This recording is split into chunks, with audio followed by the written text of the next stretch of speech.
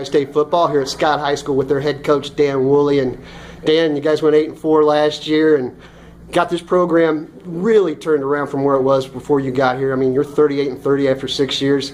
Can you tell us a little bit about the progression of what you've seen and how happy are you with where you're at? You know, we're decently happy with where we're at. I mean, coming from where we came from, of having one prior to me coming in, having one winning season in school history.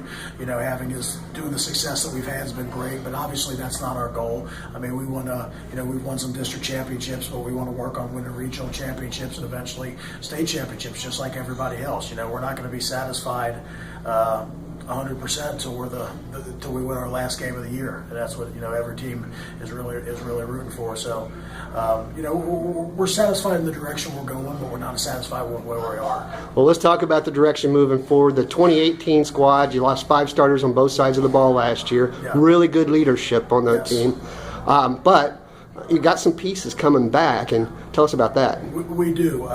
Most excited about two of my guys, or several guys. Number one is Sabian Turner, who's a wide receiver, defensive back for us, and just to see his progression in the offseason, he's probably put on 15-20 pounds of muscle. He's our quarterback of our secondary, makes all our calls. He's an extension of the coaching staff, on the field. And then you got Quincy Parent, who a lot of people know about, had 1,400 yards last year as a sophomore, and like I said, could have had more, but we were fortunate to have some pretty good running backs last year that was seniors that we could share the wealth with. And then Chad Omer, who came out last year, was his first year playing quarterback since middle school, threw for over 1,000 yards and really became a great leader for us. And, we're going to have to find some positions on the defense a little bit, but a lot of those guys are going to step up and play some defense too. And, up on the line, we've got Eric Linton coming back, who's going to be a 3-year starter going to his junior year. He started as a freshman, so he's going to be the power behind our offensive line. And we got a few holes to fill in, but we've got some guys that can do it, we think. And right now, we're just at the point of being in the weight room and evaluating and trying to get better every day.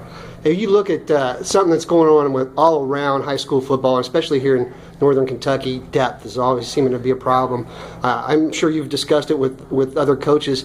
How are you going to approach this? I mean, it could be a house of cards if a couple players go down. It's tough, isn't it? It always is, and depth is something that since the history of two platooning with football that people have struggled with, and we struggle sometimes when we play some of the bigger teams because we're usually probably putting 15, 16, 17 guys on the field, besides special teams, and we've played some teams that got first team offense, defense, and second team, and by the end of the game, and especially late in the season, it does wear on you a little bit, but it's at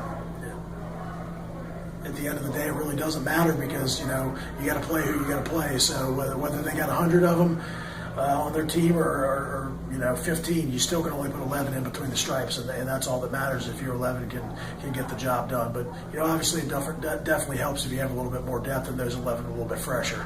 One last question before I let you go. You went to Beechwood. You've served under some really great head coaches.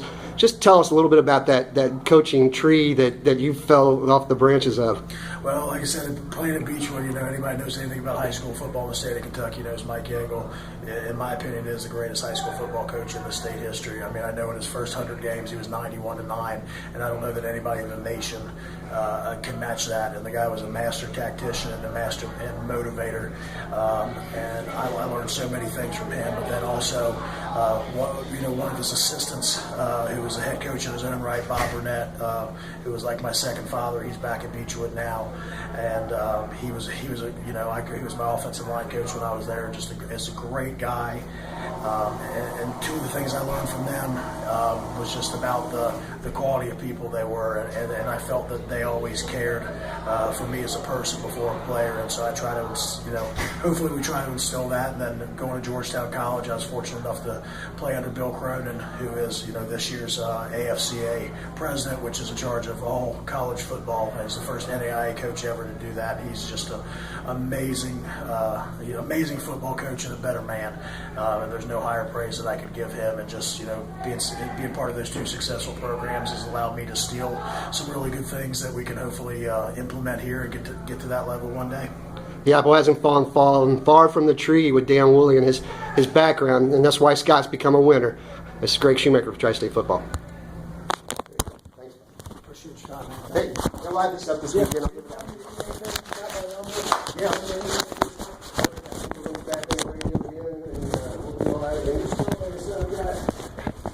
We got Highlands and first game of 2019, so that's going to be good. I'm excited about that. That would be fun. So it'll be fun. So, Best of luck, man. appreciate your time. All right, thanks.